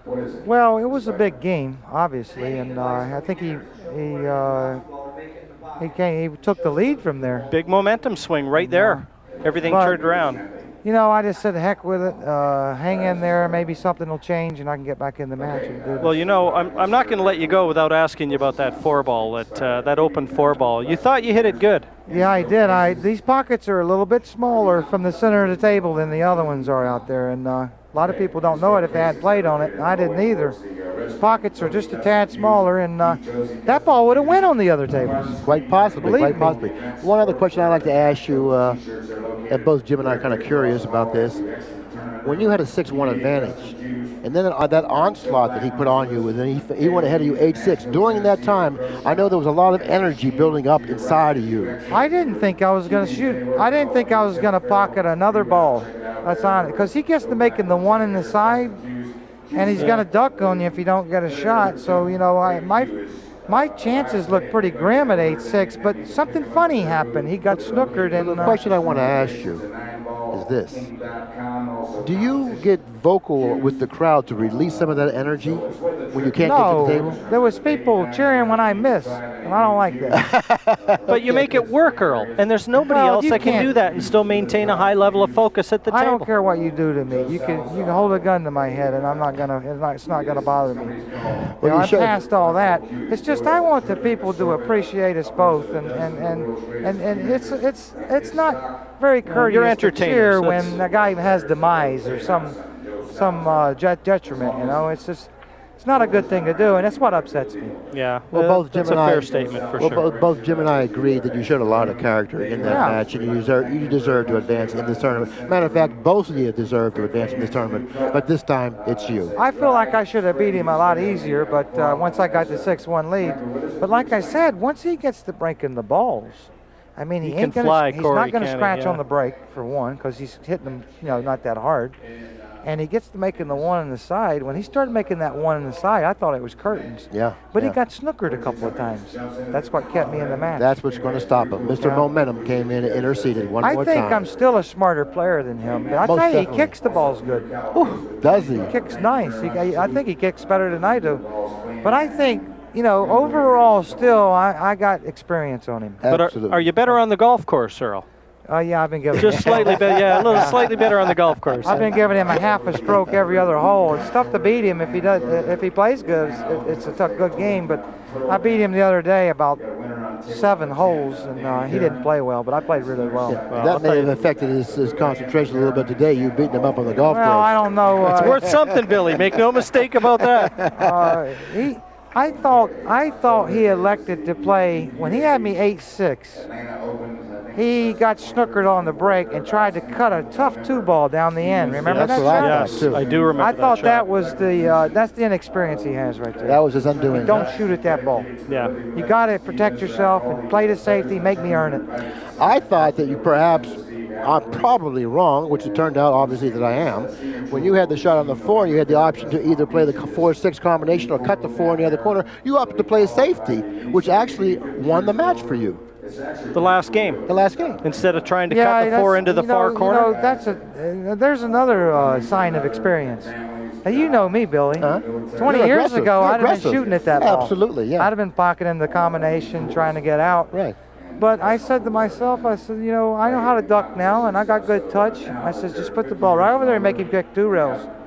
If he kicks the ball in, so be it. I'm going to make him earn it. He did it before. You probably said to yourself, I'm going to see if he can do it again. You know, matter of fact, the game that he shot the 2 ball, and I wound up losing that game. But he did elect to play a couple of shots where I thought he should have tried to roll out or play safe. A couple of times. Didn't you I think agree so? with that as well. Yeah. Yeah. So I think that was the difference in him not winning that match once he came back. Could be, because you could bring up a lot of different situations that came up that could have been the difference in this match. Yeah. Anytime a match is won 11-10, either player could have You won. know, he kicked the same ball in on me twice. He did. Remember that? Jim made Same reference. Exact same That was shot. Jim made reference to Instant that. replay. It was amazing. Yeah. But it But was you know something else I was surprised is I thought he was going to cut the 2 and the 3 in the side, and he elected to bank it. Right.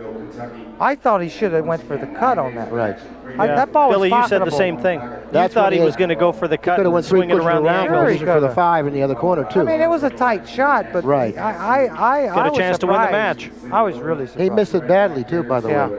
No, not even close. No Well, the doubt. table's playing long. It's so dry. The rails are going to It play is? long. Yeah. Got to be a dried good out. shot of confidence, though, winning that one, Earl. Well, you know, he beat me last year. You know, I was sitting there saying to myself, I had him 6-2 last year, right over there, and I lost. And I was sitting there after 8-6 saying, I had this guy in the same position last year, and it looks like I'm going to lose again. Yeah, You at waited, that point you he waited did. a year for this. But I'm going to tell you what, I'm playing better this year than I was last year. You're playing very solid. I really believe that. Playing very solid. Yeah. Matter of fact, Jim and I were both in agreement that when the score was 6-3, it should have been a much more Yeah, it definite. flattered him. Yeah. The scoreline flattered him. 7-2, Yeah. at least. But I really believe had I not started chopping the balls and breaking them the way I did, I would have lost the match. That Quite possibly.